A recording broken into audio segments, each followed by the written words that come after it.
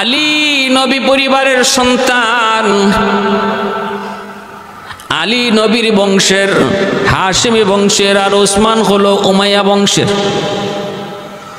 অতএব নবীর বংশের সন্তান আলী, তিনি খলিফা হওয়ার বেশি উপযুক্ত।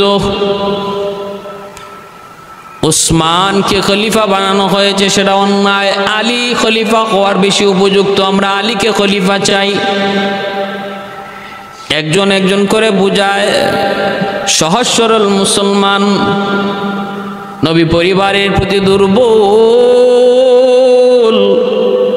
অল্পতে তার টুক গিলে ফেলে কেউ কেউ। কিন্তু কুফা বসরার আলেম ওলামা যারা ছিলেন, যারা ইসলামের পণ্ডিত ছিলেন, তারা বুঝে ফেললেন এর ষড়যন্ত্র। পরে বের করে দিলেন যে তুই ভাগ, তুই বহুত বড় ফিতনাকারী, তুই ফিতনা লাগাইতে আইছো। তারা বের করে দিচ্ছেন। ভাইরা বন্ধুরা, সে কোনো জায়গায় যায় ঠাই পায় না, কিন্তু ভিতরে ভিতরে লোক কিন্তু কিছু বানায় ফেলতেছে।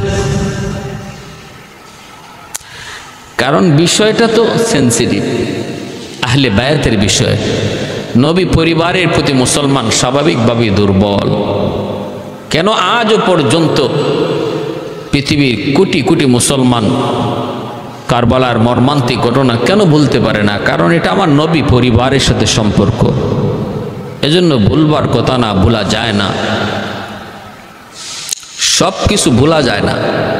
কিছু দাগ, কিছু কষ্ট সারা জীবন থেকে যায়। এটা দাগ থেকে, দিল থেকে মুছে না, বসে যায় দিলে। ওই আব্দুল্লাহ বিন সাবা, সে এরকম ভাবে কিছু কিছু লোক বানাইতে শুরু করলো, বানাইও ফেললো। এইদিকে ভাইরা বন্ধুরা, মিশরের গভর্নরের প্রতি মিশরের মানুষের অনাস্থা। খলিফাতুল মুসলিমিন হযরত উসমান গনি রাদিয়াল্লাহু তাআলা আনহুর কাছে তারা চিঠি পাঠাইল যে আমাদেরকে মিশরের গভর্নর বদলায়া দেন, মিশরের গভর্নর বদলায়া দেন।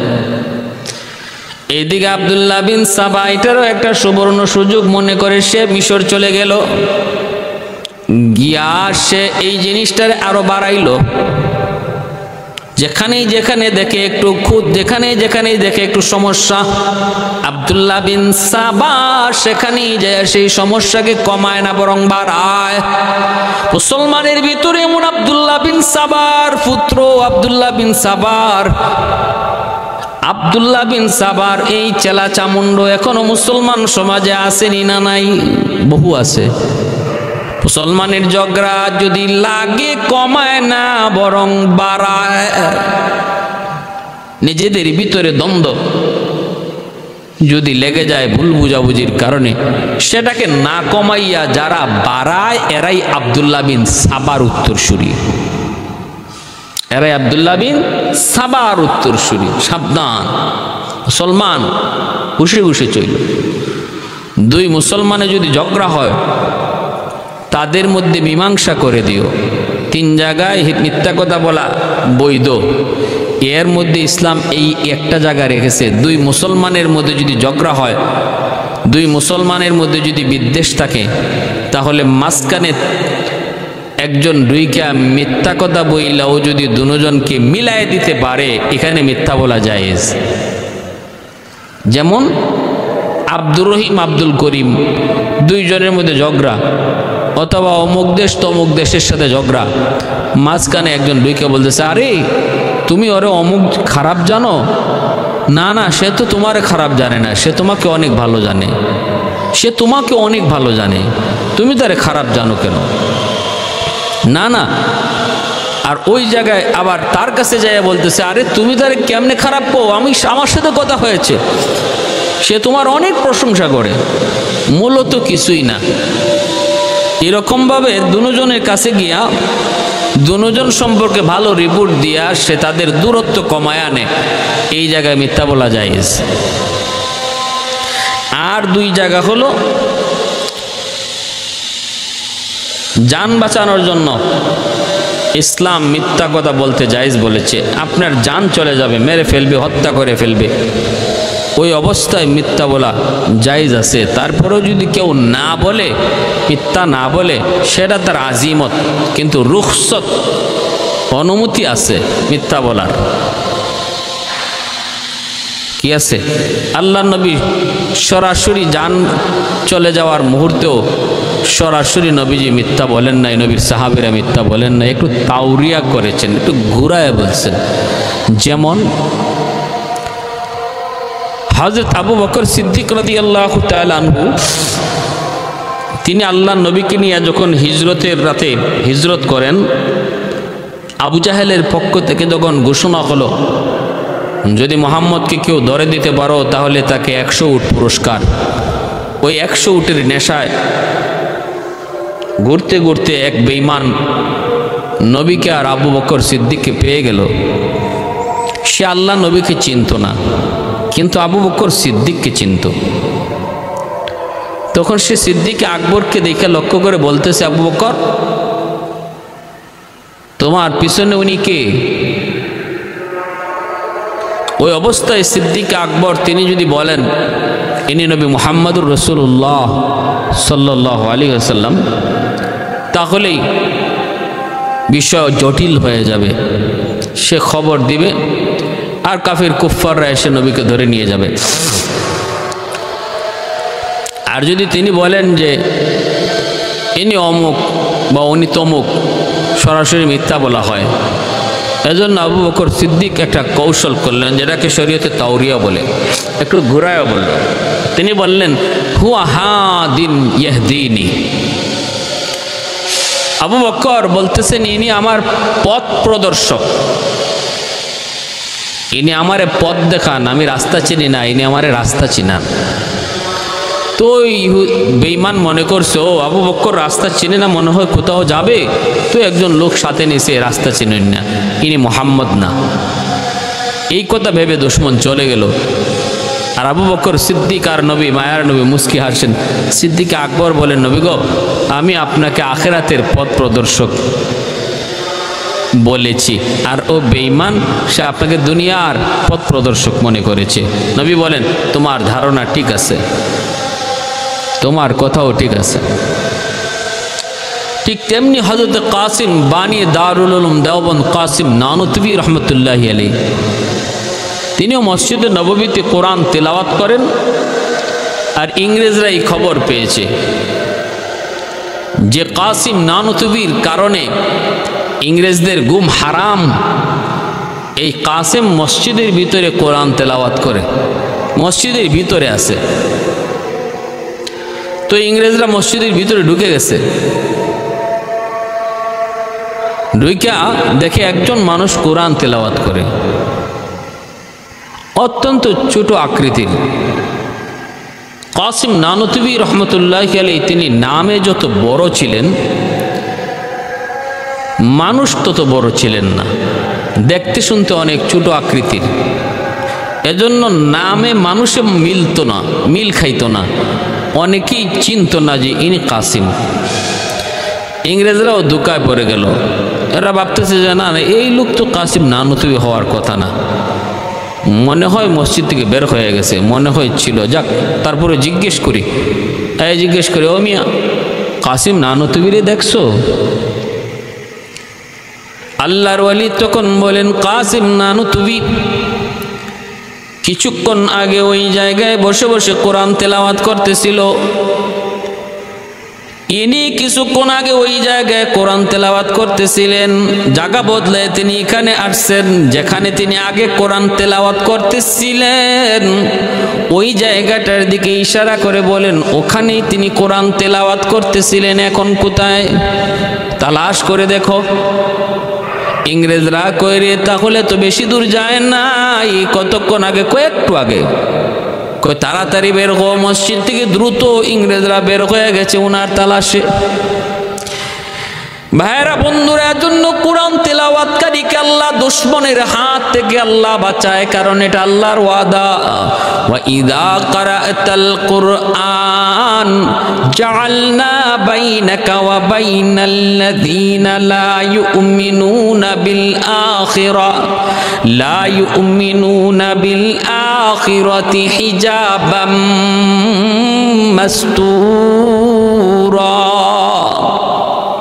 আল্লাহ বলেন যারা কোরআন তেলাওয়াত করে তাদের মাঝে আর দুশ্মনের মাঝে আমি আল্লাহ কুদরতি পর্দা ঢেলে দিই, সবাই দেখে ওরা দেখে না।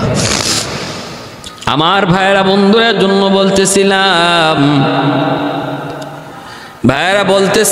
সরাসরি মিথ্যা বলাও যায় তিন জায়গায়।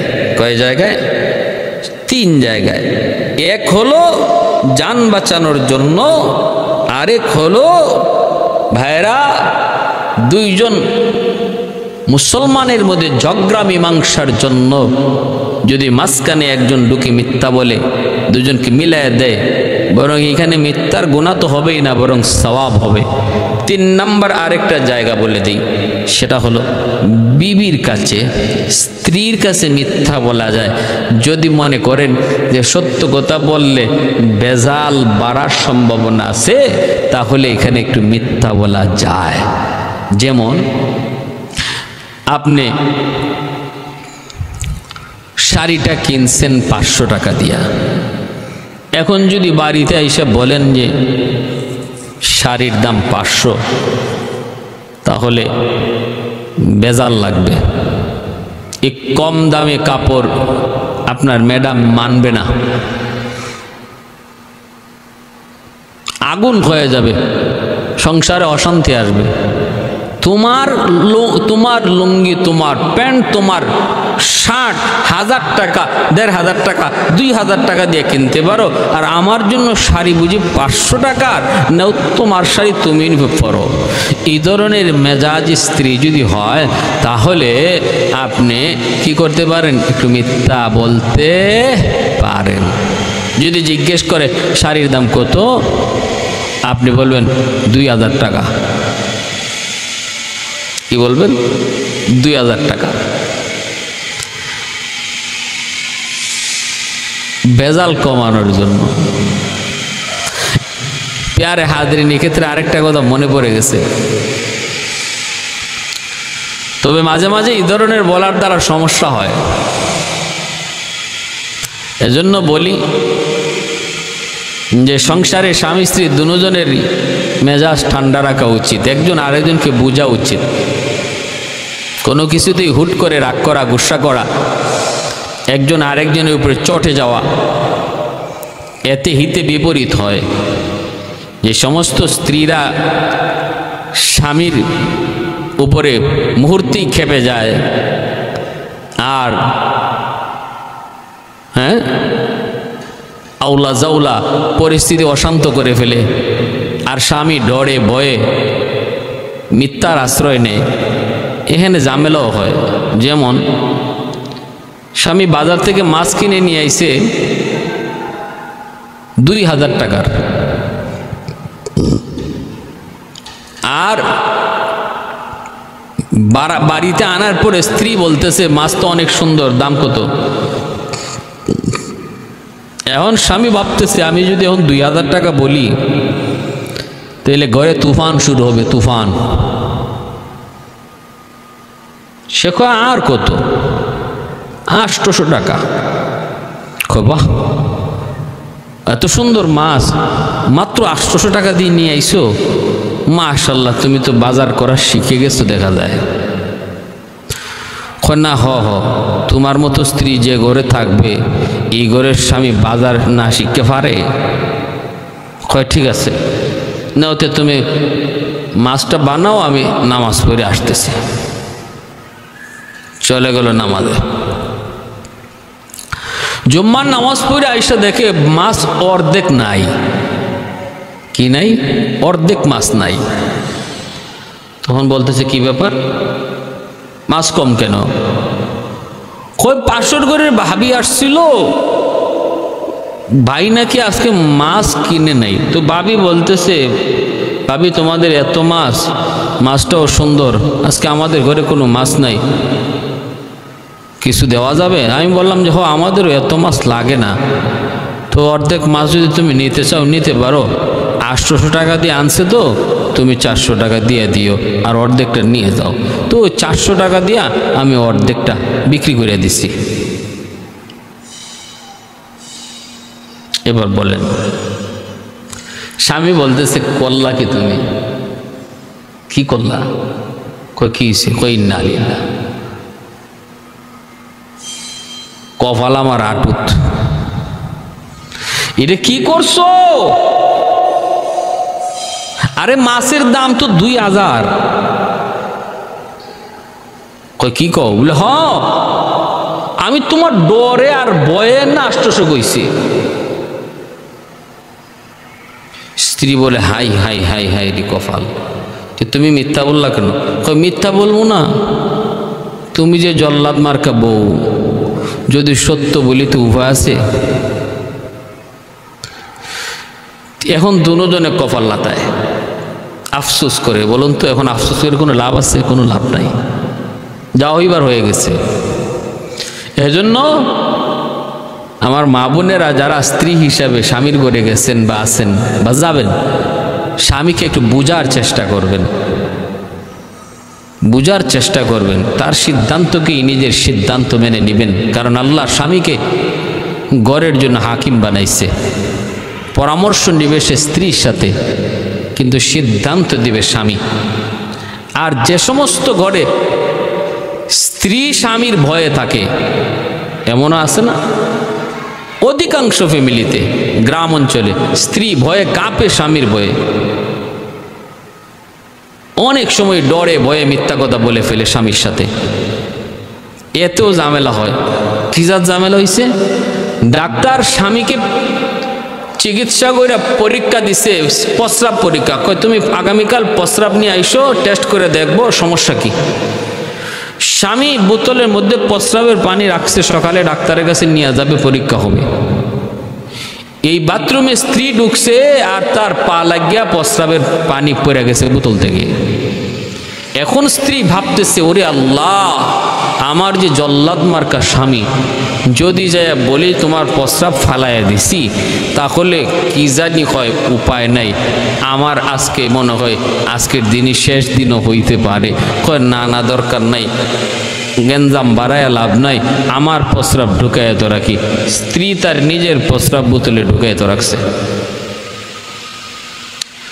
পরের দিন স্বামী নিয়ে গেছে হাসপাতাল, ডাক্তার পরীক্ষা করছে, পরীক্ষা করে রিপোর্ট নিয়ে বসছে, সেও সামনে যে হাজির।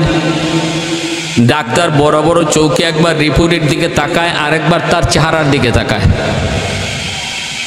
একবার রিপোর্টের দিকে তাকায় আর একবার চেহারার দিকে তাকায়।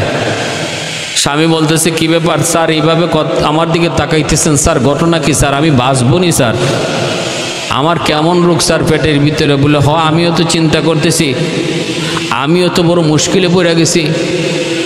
বলে কি স্যার, সমস্যাটা কি স্যার বলেন? সমস্যা তো জটিল, আমি এখন টেনশনে পড়ে গেছি, তুমি পুরুষ না মহিলা? কয় স্যার এটা কি কোন স্যার, আমি তো একজন পুরুষ। বলে তুই পুরুষ হইলে রিপোর্ট কয় তোমার পেটে 7 মাসের বাচ্চা, তোমার পেটে 7 মাসের বাচ্চা। কয় ইন্না লিল্লাহ। স্যার এটা কি কোন? বলে হ, রিপোর্ট বলতেছে তোমার পেটে 7 মাসের বাচ্চা। এখন তো আমিও টেনশনে, তুমি পুরুষ না মহিলা? পুরুষ তুমি, তোমার পেটে 7 মাসের বাচ্চা এলো কেমনে?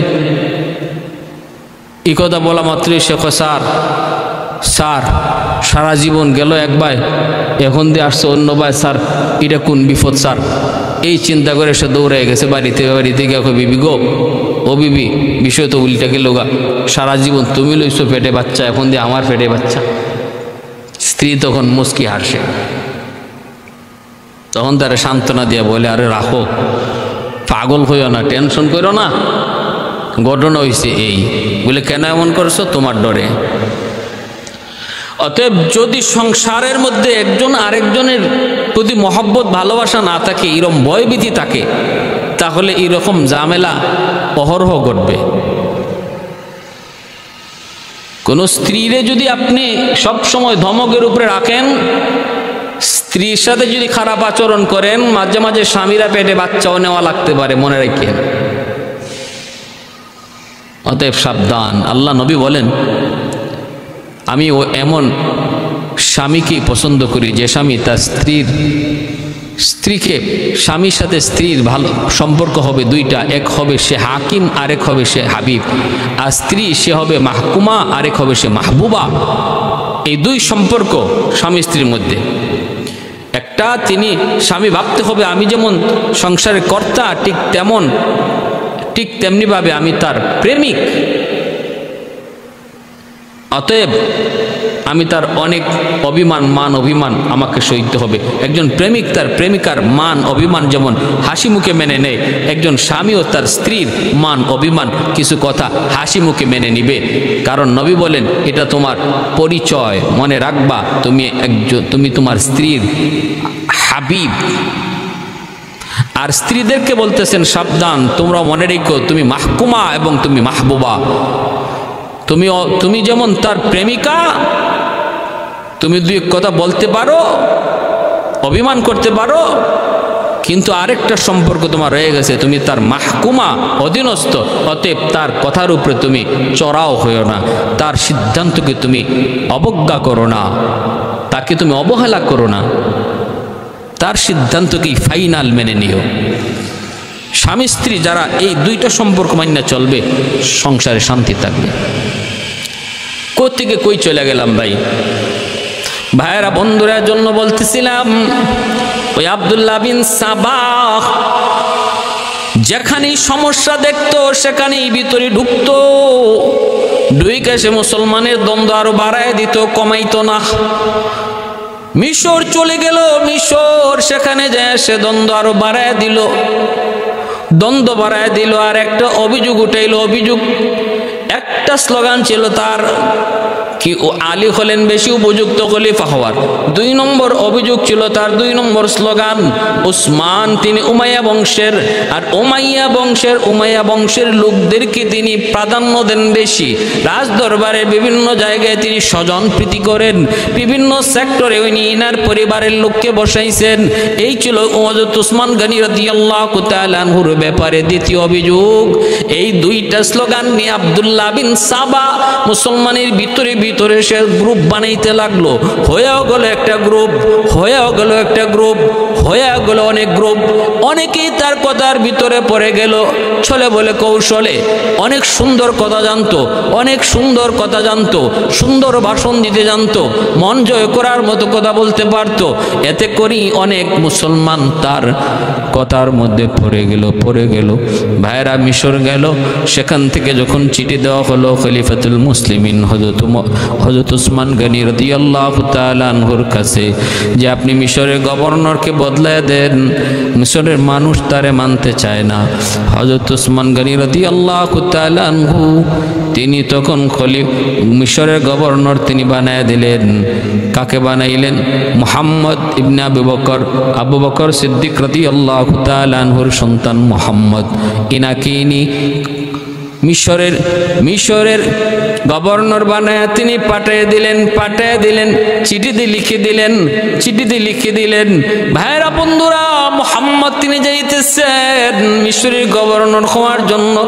এই দিকে দেখা যায় হযরত উসমান গনি রাদিয়াল্লাহু তাআলা আনহুর পক্ষ থেকে আরেকজন মানুষ ঘোড়ার উপরে সওয়ার হইয়া একটা চিঠি নিয়ে দৌড়ায় যাইতেছে। যাইয়ে ও মুহাম্মদ ইবনে আবু বকরকে থামায় দিছে, কয় খলিফার পক্ষ থেকে নির্দেশ।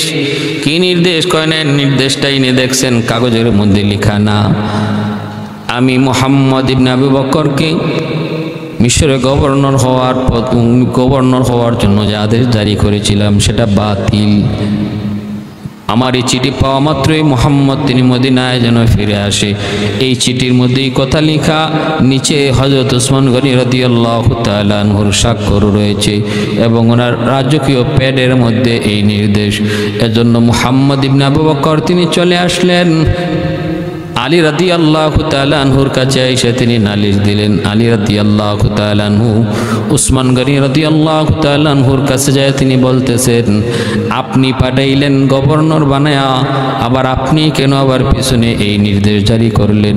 হযরত উসমান গনি সেই চিঠি হাতে নিয়ে বলতেছেন, পেটটা আমার, স্বাক্ষর আমার, কিন্তু মাঝখানে লেখাটা খোদার কসম আমার না। কে লিখেছিলেন? মারওয়ান লিখছে। আত্মীয়তার সম্পর্ক ছিল হযরত উসমান গনি রাদিয়াল্লাহু তাআলা আনহুর সাথে। এই সুবাদে সে কাছাকাছি থাকতো, খুব কাছাকাছি থাকতো, এবং একটু দায়িত্বের মানে কি কয়, এই নিজের তরফ থেকে অতিরিক্ত বাড়াবাড়ি মারওয়ানের দ্বারা হয়েছিল। একথাও সত্য। আলী রাদিয়াল্লাহু তাআলা আনহু সহ সাহাবায়ে কেরাম অনেকেই চাইলেন মারওয়ানের শাস্তি হোক, মারওয়ান যে এত বড় অন্যায় করেছে। হয়তো উসমান গনি বলতেছে যে একটু ধৈর্য ধরো, সব শান্ত হয়ে যাবে, সব বিচারই হবে। ওই অবস্থার মধ্যে চলতেছে কিন্তু আব্দুল্লাহ বিন সাবার দল এরা এই বিষয়টাকে আরো গরম করে নিল। তার দলবল সহ সবাই এখন উচ্চবাক্য। হযরত আবু বকর সিদ্দিক রাদিয়াল্লাহু তাআলার সন্তান মুহাম্মদ, ইনিও আব্দুল্লাহ বিন সাবার দলে, এমনকি বেশ কিছু সাহাবীও ঢুকে গেছেন যে না, হযরত উসমান গনি যদি এখনই শক্ত হাতে দমন না করেন তাহলে এই মানুষগুলার, দুষ্ট মানুষগুলার এই খারাপ আচরণ এটা বন্ধ হবে না, দিন দিন বাড়তে থাকবে। কিছু নরম আকৃতির মানুষ ছিলেন, নরম প্রকৃতির মানুষ ছিলেন হযরত উসমান গনি রাদিয়াল্লাহু তাআলা। এজন্য তিনি ওই নরম প্রকৃতির মানুষ হওয়ার সুযোগ নিয়ে কিছু দুষ্কৃতিতে জড়ায় গেছিল। আর এই সুযোগটারে হাতে নিয়ে আব্দুল্লাহ বিন সাবা, ওই ইহুদি, তার দলবল, তারা কি করলো, কঠিনভাবে এটাকে তারা একটা বিদ্রোহ করলো। কয় না, আমরা উসমানের খেলাফতি মানি না, উসমানের খেলাফত মানি না। কয় উসমান কি খেলাফত থেকে নামতে হবে, খলিফার পদ থেকে উসমান গনিকে নামতে হবে, তারে আমরা খলিফা হিসেবে মানি না, উনি খেলাফতের যোগ্য না। নাউজুবিল্লাহ। এই বইলা বিশাল আকারের একটা গ্রুপ তৈরি করে নিল, বিশাল আকারের একটা হট্টগোল, মদিনায় বিদ্রোহ শুরু হলো। চতুর্দিক থেকে বিদ্রোহ, কেউ দেখতে আয়, কেউ শুনতে আয়, কেউ বা বিদ্রোহের আওয়াজ উঠায়। ভাইয়েরা বন্ধুরা, উসমান গনি রাদিয়াল্লাহু তাআলা আনহু তিনি রাজদরবারে এসে ওই অবস্থায় হযরত আলী রাদিয়াল্লাহু তাআলা আনহু তিনি বলেন, ওগো খলিফাতুল মুসলিমিন, অবস্থা বড় খারাপ। আপনার রাজপ্রাসাদ ওই বিদ্রোহীরা এরা ঘেরাও করে ফেলেছে। কয় কেন? কয় ওরা সবাই আপনার অপসারণ চায়, অনুমতি দেন, আমি আলী একাই যথেষ্ট, মদিনায় কোনো ফিতনা হতে দেব না, আমি আলী একাই যথেষ্ট, অনুমতি দেন। উসমান গনি রাদিয়াল্লাহু তাআলা আনহু বলতেছেন, আলী, আমি চাই না আমি উসমানের কারণে নবীর দেশে রক্তপাত হোক। যেই জমিনে আমার মায়ার নবী শুয়ে আছেন, ওই জমিনে আমি উসমানের কারণে কোনো রক্তপাত হোক, মুসলমানের রক্ত জড়ুক, এটা আমি উসমান চাই না। তাহলে ওরা বিদ্রোহ করেছে, ওরা আপনার প্রাসাদের চতুর্দিক দিয়ে খানা পানি বন্ধ করে দিয়েছে, প্রাসাদের ভিতরে উসমান গনি রাদিয়াল্লাহু তাআলা আনহুকে তারা এক করে ফেলেছে। ভাইরা বন্ধুরা, এইদিকে উসমান গনি রাদিয়াল্লাহু তাআলা আনহু দিন যায় রাত যায়, খানা নাই, পানি নাই, বিদ্রোহীরা ওরাও বিদ্রোহ থামে না। বাসভবন চতুর্দিক থেকে ওরা ঘেরাও করে ফেলেছে। উসমান গনি রাদিয়াল্লাহু তাআলা আনহু তিনি যখন জানালা দিয়া মুখটা বের করে দেখেন মদিনার অনেক মানুষজন এই বিদ্রোহীদের মধ্যে শামিল হয়ে গেছে। সবার মুখে এক আওয়াজ, উসমান খেলাফতি থেকে অপসারণ চাই, উসমানের অপসারণ চাই। ওসমান গনি রাদিয়াল্লাহু তাআলা আনহু বলে, আমার নবী বলেছেন, ওসমান তুমি হকের উপরে থাকবা, হকের উপরে আসো, জান যাবে তবুও তুমি হক পথ ছেড়ে দিও না, হকের পথ থেকে তুমি বিতাড়িত হইও না, সরে যেও না। অতএব আমি জান যাবে খেলাফতি ছাড়ব না, এটা আমার নবীর নির্দেশ। আর তোমরা কি আমার পানি বন্ধ করে দিয়েছো, আমার পানি বন্ধ করে দিয়েছো, আমার খানা পানি বন্ধ করে দিয়েছো। দিন যায় রাত যায়, হযরত ওসমান গনি পানির তৃষ্ণায় কাতর হয়ে পড়েছেন। পানি নাই, পানি নাই, পানি নাই। বিবি কোন রকম তিনি চাইলেন পাশের ঘর থেকে, পাশের বাড়ি থেকে একটু পানি আনবেন। মাত্র তিনি ঢুকতে যাবেন, তখন বিদ্রোহীরা হযরত ওসমান গনি রাদিয়াল্লাহু তাআলা আনহুর বিবিকেও চেক করা শুরু করলো। কয় না না, এমনি ঢুকতে পারবা না, চেক করবো তোমার কাছে পানি আছে কিনা নাই। চেক করে পানিটা পেয়ে গেল, পানিটা ওরা রেখে দিল। কোনোভাবে কেউ পানি নিয়ে ঢুকতে পারে না, কেউ ঢুকতে পারে না। হযরত আলী রাদিয়াল্লাহু তাআলা আবারও অনুমতি চাইলেন, ওগো আমিরুল মুমিনিন, খলিফাতুল মুসলিমিন, আমি আলীকে একবার অনুমতি দেন, অনুমতি দেন। অথবা আমাকে না দেন, আমার হাসান হুসাইনকে অনুমতি দেন, বান্দরগুলাকে মদিনার থেকে সরায় দেই। আমার হাসান হুসাইন ওদের জন্য যথেষ্ট। কিন্তু ওসমান গনি বলে, না রে আলী, না না, আমার কারণে নবীর জমিনে রক্তপাত হোক, আমি এটা চাই না। আলী আবারও তিনি ব্যর্থ হয়ে চলে যান, ব্যর্থ হয়ে চলে যান, কিছুই করতে পারেন না আলী। ওসমান গনি যদি অনুমতি না দেন, তিনি তো হামলা চালাইতে পারেন না। বিদ্রোহীরা যুদ্ধ করার জন্য ওরা প্রস্তুত হয়ে গেছে। হযরত আলী বুঝায় শোনায় ওদেরকে সরাইতে পারেন না। একটা কথাই ওদের কিন্তু আলী বুঝতেছেন, এই বিদ্রোহ দমন করতে হলে সিন্নি ছাড়া কোনোদিন বিদ্রোহ দমন হবে না। কিন্তু জান্ডা আর ডান্ডা দেওয়ার কোনো অনুমতি তো ওসমান গনি দেন না। হযরত আলী রাদিয়াল্লাহু তাআলা আনহু ওসমান গনির বাসভবনের মেইন গেটে হাসান হুসাইনকে দাঁড় করায় রাখলেন, পাহাড়ের মতো দুই ভাই। কোনোভাবেই যেন কোনো দুষ্কৃতিকারী খলিফাতুল মুসলিমিনের বাসভবনে ঢুকতে না পারে। হাসান হুসাইন পাহাড়ের মতো দাঁড়িয়ে রইলেন, সাহস নাই কারো ওই দিক দিয়ে ঢুকার। ভাইরে বন্ধুরা, একদিন, দুই দিন, তিন দিন চলে যায়, রাজপ্রাসাদ বাসভবন ঘেরাও।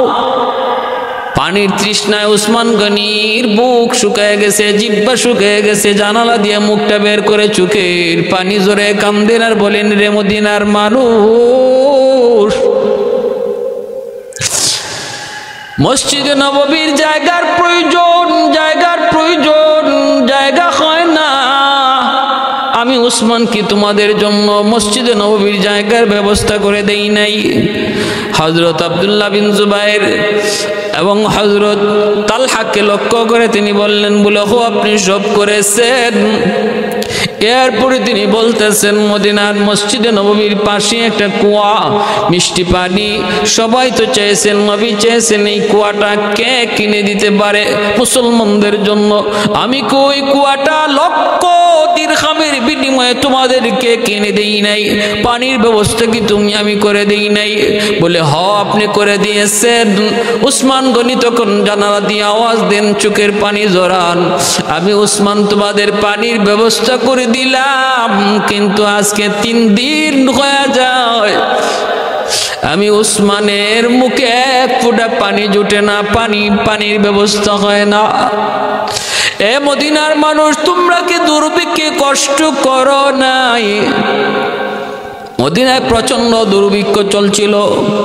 ওসমান গনি রাদিয়াল্লাহু তাআলা আনহু তিনি সিরিয়া থেকে তিনি 100 বস্তা উটের বুঝাই, উট বুঝাই 100 বস্তা আটা নিয়ে তিনি মদিনায় ঢুকতে চাইলেন। মদিনার ব্যবসায়ীরা মদিনা থেকে বের হয়ে ওসমান গনির সাথে যারা রাস্তায় দেখা করলো, দেখা করে বলতেছে, ওসমান, আটাগুলি আমাদের কাছে তুমি বিক্রি করে দাও। ওসমান গনি বলেন, এই আটা তোমরা কিনতে চাও, কি করবা? কয় মদিনার বাজারে নিয়ে বিক্রি করব, একটু লাভ হবে আমাদের, আমরা একটু লাভে বিক্রি করব। এইদিকে মদিনায় দুর্ভিক্ষ চলছে, দুর্ভিক্ষ। উসমান গনি বলেন কত দাম দিবা? কয়েক টাকার জিনিস আমরা 2 টাকা দেব। উসমান গনি বলেন না, আমার জিনিসের দাম আরো বাড়ছে, আরো উঠছে। কয় নেও 1 টাকার জিনিস তোমাকে আমরা 3 টাকা দেব। উসমান গনি বলে না, আরো দাম উঠছে, দাম বাড়াও। কয় নেও 1 টাকার জিনিস আমরা তোমাকে 4 টাকা দিব। কয় না না, আরো দাম, আরো দাম, আমার জিনিসের দাম উঠছে। মদিনার ব্যবসায়ীরা কয় উসমান, আমাদের আগে কে তোমাকে জিনিসের দাম কয়ে গেল? এত দাম কে তোমাকে কয়ে গেল? উসমান গনি বলে, এই দাম কে বলছে বলা যাবে না গো, তোমাদের যদ্দুর ক্ষমতা যে তোমরা বলো।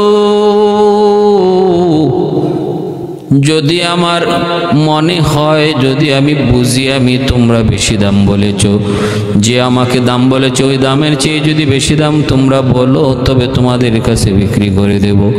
তখন মদিনার ব্যবসায়ীরা 1 টাকার জিনিস 5 টাকা দেব, তাও তুমি দিতে চাও না, এর বেশি আমরা আর পারবো না, কারণ আমরা এর চেয়ে বেশি বেচতে পারবো না, কেউ নিবেও না, সম্ভব না।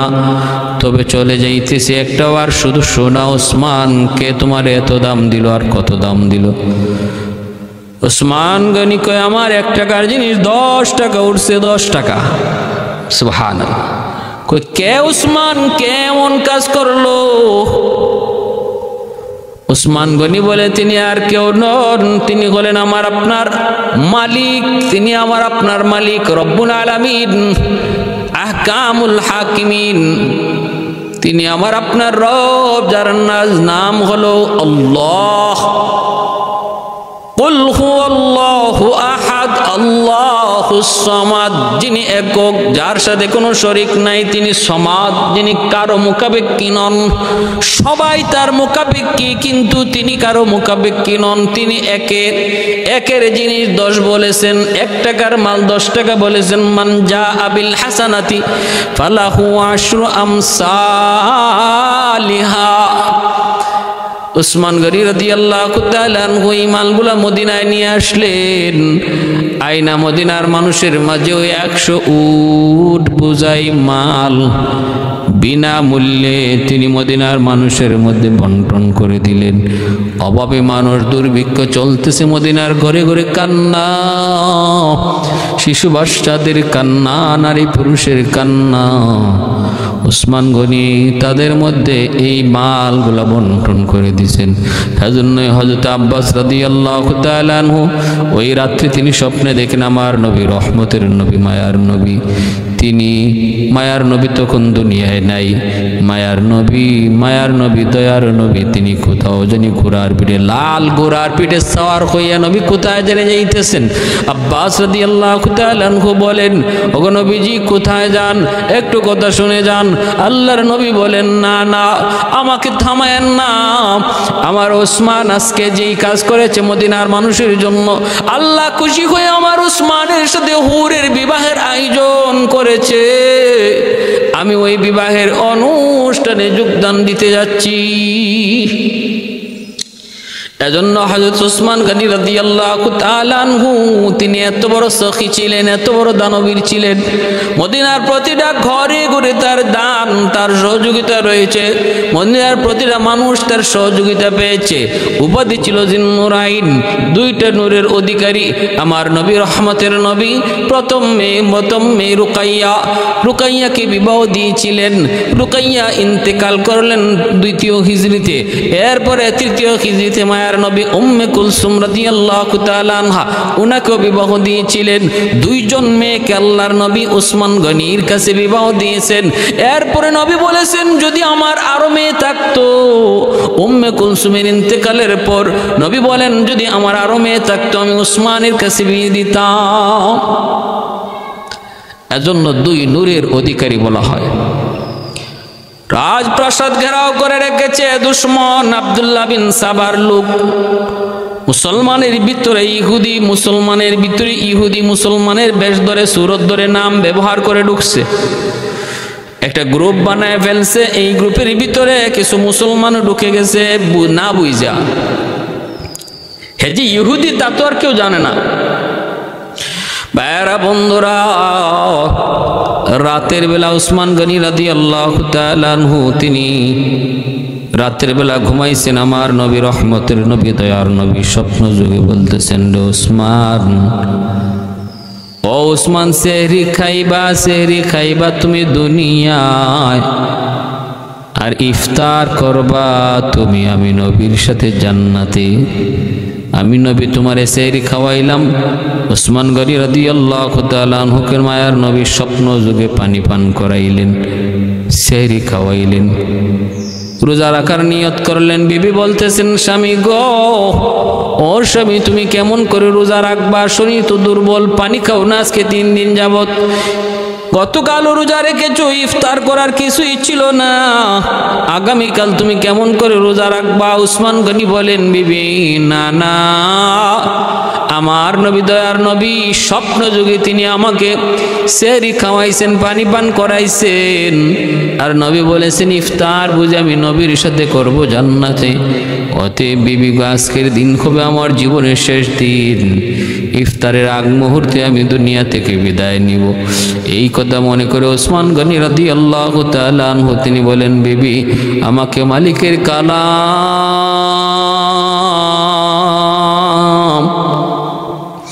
আমার কাছে দাও, আমি কোরআন তেলাওয়াত করতে বসে যাই, কারণ আমার জীবনের সবচেয়ে উত্তম আমল হলো কোরআন তেলাওয়াত। উসমান গনি রাদিয়াল্লাহু তাআলা আনহু কোরআন তেলাওয়াত করলেন সারাদিন। ভাইরা বন্ধুরা, তিলাওয়াত করতেছেন। ওই অবস্থায় দুষ্কৃতীর দল, আব্দুল্লাহ বিন সাবার দল গেট দিয়ে ঢুকতে তো পারে না, কারণ হাসান হুসাইন তারা দাঁড়ানো। দেয়াল টপকায়া দুশ্মনগুলি ঢুকে গেছে উসমান গনি রাদিয়াল্লাহু তাআলা আনহুর রাজপ্রাসাদে। ঢুকে তিনি কোরআন তেলাওয়াত করতেছেন। সামনে যায় দাঁড়ালেন প্রথমে আবু বকর সিদ্দিক রাদিয়াল্লাহু তাআলা আনহুর সন্তান মুহাম্মদ। তিনি যায় তখন দাড়ি মুবারক ধরলেন। উসমান গনি তেলাওয়াত করতেছেন আর বলতেছেন, মুহাম্মদ, আজ যদি তোমার বাবা দুনিয়ায় থাকতেন, তিনি দাড়ির ইজ্জত করতেন, সম্মান করতেন। এই কথাটা বলা মাত্র আবু বকর সিদ্দিক রাদিয়াল্লাহু তাআলা আনহুর সন্তান মুহাম্মদের শরীর কাঁপে উঠছে। তিনি ভুল বুঝতে পেরেছেন, কোরআন সামনে বড়, আর উসমান গনির চোখ দিয়া পানি ঝরতেছে। এইবার হযরত উসমান গনি কাছ থেকে আবু বকর সিদ্দিক রাদিয়াল্লাহু তাআলা আনহুর সন্তান তিনি যখন একটু সরে আসলেন, এদেরকে বোঝানোর চেষ্টা করলেন বিদ্রোহীদেরকে, কিন্তু বুঝে না ওরা। আব্দুল্লাহ বিন সাবার লোকগুলা ওরা তো উদ্দেশ্য করে টার্গেট করে ঢুকছে ইহুদির দল। মুহাম্মদ সরা মাত্রই একজন উসমান গনি রাদিয়াল্লাহু তাআলা আনহুর মাথার মধ্যে তলোয়ার চালায়া দিছে। এই তলোয়ারের আঘাতটা পড়া মাত্রই তলোয়ারের আঘাতেই রক্ত ফিনকি দিয়া কোরআনের পাতায় পড়ছে। সূরা বাকারার ফাসায়াকফিকাহুমুল্লাহ 137 নম্বর আয়াত সূরা বাকারার ওই আয়াতখানা উসমান গনি রাদিয়াল্লাহু তাআলা আনহুর মাথার রক্তে আয়াতখানা রক্তে লাল হয়ে গেছে। যে আয়াতের অর্থ হলো, আমি আল্লাহই তোমাদের জন্য যথেষ্ট, আমি আল্লাহ তোমার জন্য যথেষ্ট, তোমাদের জন্য যথেষ্ট। উসমান গনি রাদিয়াল্লাহু তাআলা আনহুর মাথার রক্তে কোরআনের পৃষ্ঠা লাল হয়ে গেছে। এ ভাই, এরপরে আরেকটা আঘাত করলো। ওনার বিবি নায়লা আসলেন ফিরানোর জন্য, দুশ্মন আঘাত করলো, ওনার আঙ্গুলগুলি কেটে গেল। পরে গেলেন, চিৎকার দেওয়া শুরু করলেন। ভাইরা বন্ধুরা, উসমান গনি রাদিয়াল্লাহু তাআলা আনহুকে এরপরে শোয়া পিঠের মধ্যে অনেকগুলি আঘাত করলো দুশ্মন। পানির তৃষ্ণায় 3 দিন 4 দিন ছটফট করলেন।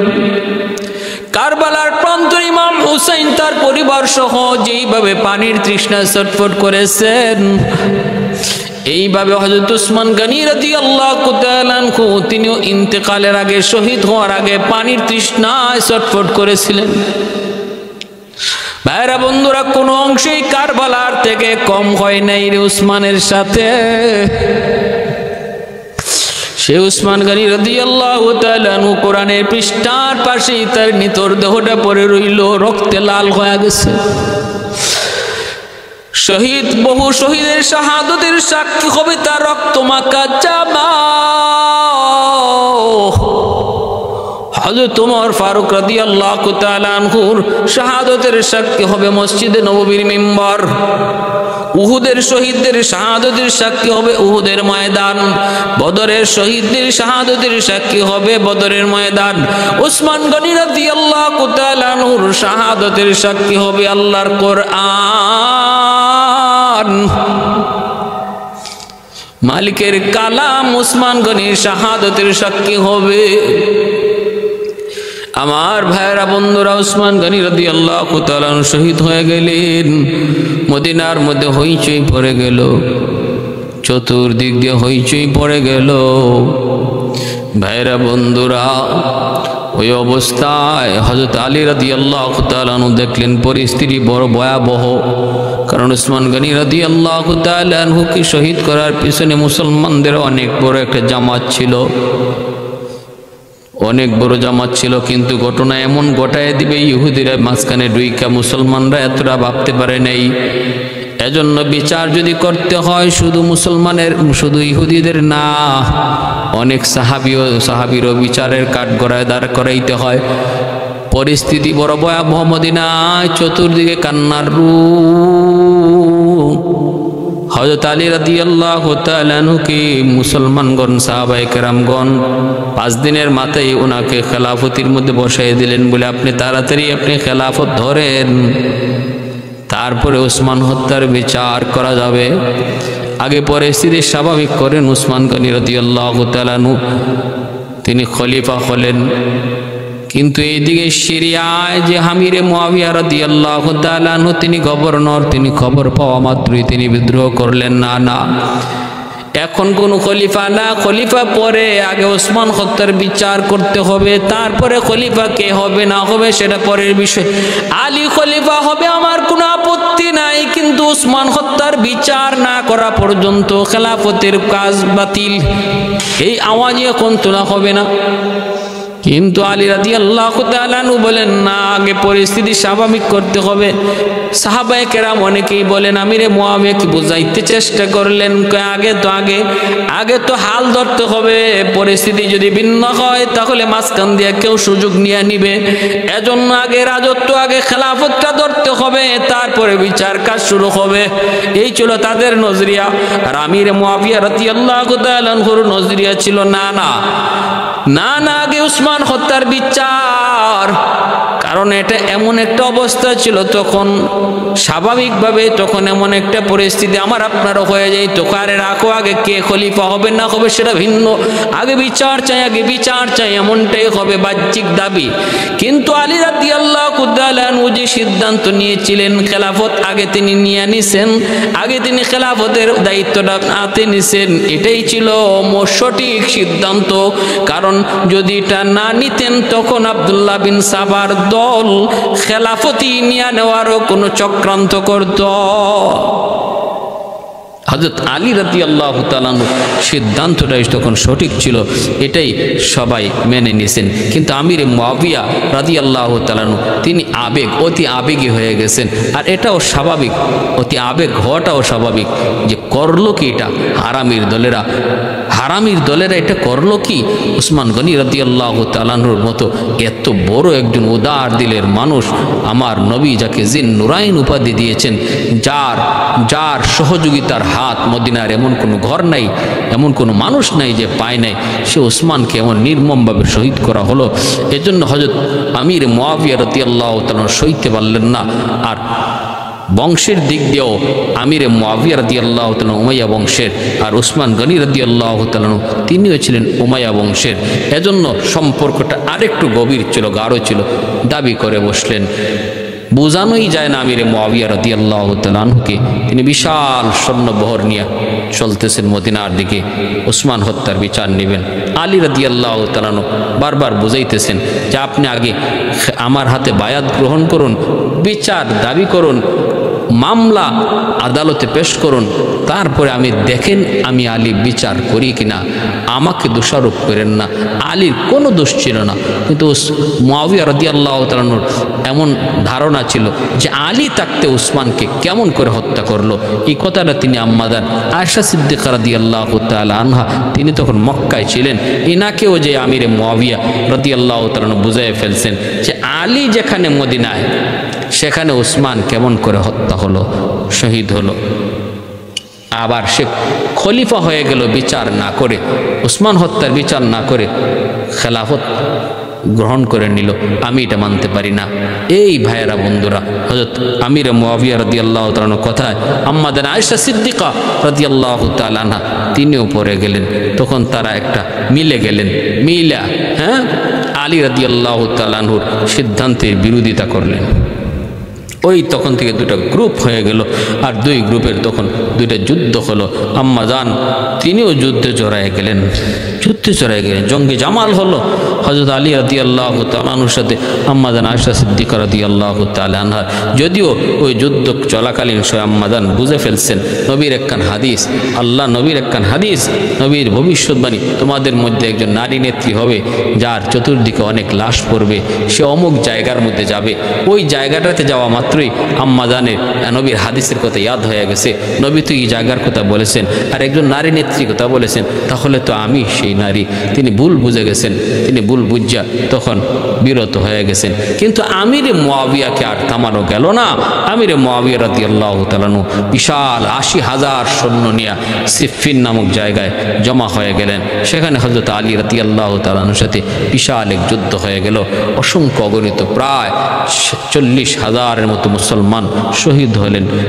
ইসলামের ইতিহাসের বহুত বড় ক্ষতি হয়ে গেল জঙ্গে সিফফিনে। আমার ভাইয়েরা বন্ধুরা, এই ছিল হযরত উসমান গনি রাদিয়াল্লাহু তাআলা আনহুর শাহাদতের করুণ ইতিহাস। তারপরে হযরত আলী রাদিয়াল্লাহু তাআলা আনহু, তিনি হযরত আমিরে মুআবিয়া রাদিয়াল্লাহু তাআলা আনহুর সাথে জঙ্গে সিফফিনে যুদ্ধ হওয়ার পর আলী রাদিয়াল্লাহু তাআলা আনহু বিজয় হয়ে যাবে। ওই অবস্থায় আমিরে মুআবিয়া একটু চতুরতা করলেন। তিনি কোরআন আল্লাহর কালামকে তলোয়ারের মধ্যে উঁচু করে বুঝাইতে চাইলেন, আমি সন্ধি চাই, যুদ্ধবিরতি চাই। হযরত আলী তখন চাইলেন যে না, এটা তার একটা কৌশল, কিন্তু অনেক সাহাবীরা বললেন যে না, আল্লাহর কোরআনে অপমান হবে। তিনি যেহেতু কোরআন দৈরা বলতেছেন আমি সমাধান চাই, সন্ধি চাই, তখন এটা মেনে নেওয়া উচিত। মাইনাও নিলেন দুইজন, দুই দিক থেকে। আলী রাদিয়াল্লাহু তাআলা আনহুর পক্ষ থেকে আবু মুসা আশআরী রাদিয়াল্লাহু তাআলা আনহু, আর মুআবিয়া রাদিয়াল্লাহু তাআলা আনহুর পক্ষ থেকে আমর ইবনুল আস রাদিয়াল্লাহু তাআলা আনহু, দুইজনকে মানা হলো যে তারা দুইজন যে সিদ্ধান্ত নেবে এটা আমরা মেনে নিব। সমাধান তখন দুইজনে তারা সিদ্ধান্ত নিলেন যে আমরা আলীকেও খলিফা চাই না, আর আমিরে মুআবিয়াকেও আমরা খলিফা চাই না। হযরত আমিরে মুআবিয়াও সিরিয়াতে তিনি নিজেকে খলিফা দাবি কইরা বহু মানুষের কাছ থেকে বায়াত নেওয়া শুরু করছিলেন। অতএব দুজনকে আমরা অপসারণ করে মাঝখানে একজনকে আমরা খলিফা নিযুক্ত করব। এই ব্যাপারে দুজন একমত হলেন। কিন্তু ঘোষণা দেওয়ার সময় হযরত আলী রাদিয়াল্লাহু তাআলা আনহুর পক্ষে আবু মুসা আশআরী সহজ সরল তিনি ঘোষণা দিয়ে দিয়েছেন, আলী পক্ষ থেকে আমি খেলাফত স্থগিত করলাম, খেলাফত থেকে আমি সরে গেলাম।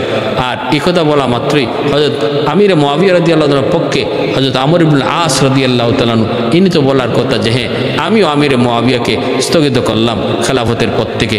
এটা না বইলা ইনি বলতেছেন যে ঠিক আছে, আলী যখন নিজের থেকেই তিনি খেলাফতের পদ থেকে সরে গেছেন, তাহলে আমিরে মুআবিয়ার কাছে আমরা খেলাফতের দায়িত্ব দিয়ে দেই এবং ওনাকে আমরা খলিফা হিসাবে মেনে নেই। আমি ওনার কাছে বায়াত গ্রহণ করলাম। ঘটনা ঘটে গেছে উল্টা। তখন হযরত আবু মুসা আশআরী রাদিয়াল্লাহু তাআলা তিনি বলেছিলেন যে আবু মুসা আশআরী তিনি বলেছিলেন আমর ইবনুল আস রাদিয়াল্লাহু তাআলা কে, আপনার সাথে তো কথা এটা ছিল না, আপনি তো গাদ্দারি করেছেন, এই কথা বলেছিলেন। ভাইয়েরা বন্ধুরা, এটা এক বহুত বড় এক সেন্সিটিভ ইসলামের ইতিহাসের এক ঘটনা। এক বিষয়, যে বিষয় নিয়ে আমরা বেশি পর্যালোচনা করার সুযোগ নেই। করলে নবীর কোন সাহাবীর প্রতি আমাদের কোন ধরনের বিদ্রুপ ভাব চলে আসতে পারে, আমাদের মনের ভাব খারাপ হয়ে যেতে পারে, তখন আমি বিপদে পড়ে যাব। কারণ সাহাবায়ে কেরামের প্রত্যেকের তখন যার যার নিজস্ব একটা ইস্তেহাদ ছিল, আর সেই ইস্তেহাদটা কোরআন বিরোধী হাদিস বিরোধী এমন না, সেটা তাদের ব্যক্তিগত একটা চিন্তাধারা নিয়ে তারা এমনটা করেছিলেন। অতএব ইস্তেহাদের ক্ষেত্রে আমাদের কোনো হাত নাই, আমাদের কোনো এখানে হাত নাই। আমরা কারো ইস্তেহাদের ব্যাপারে ভুল বা শুদ্ধ বা তিনি কী করেছেন এমনটা বলার সুযোগ নাই, কারণ তারা সাহাবী। আসহাবিকান নুজুম বিআইয়িহিম ইকতাদাইতুম ইহতাদাইতুম। আল্লাহ আমাদের সবাইকে ইসলামের সঠিক ইতিহাস বুঝার এবং সঠিক ইতিহাস বুঝা চলার, মান্না চলার তৌফিক আল্লাহ আমাদের সবাইকে দান করুন। ওয়া আখির দাওয়ানা আনিল হামদুলিল্লাহি রাব্বিল আলামিন।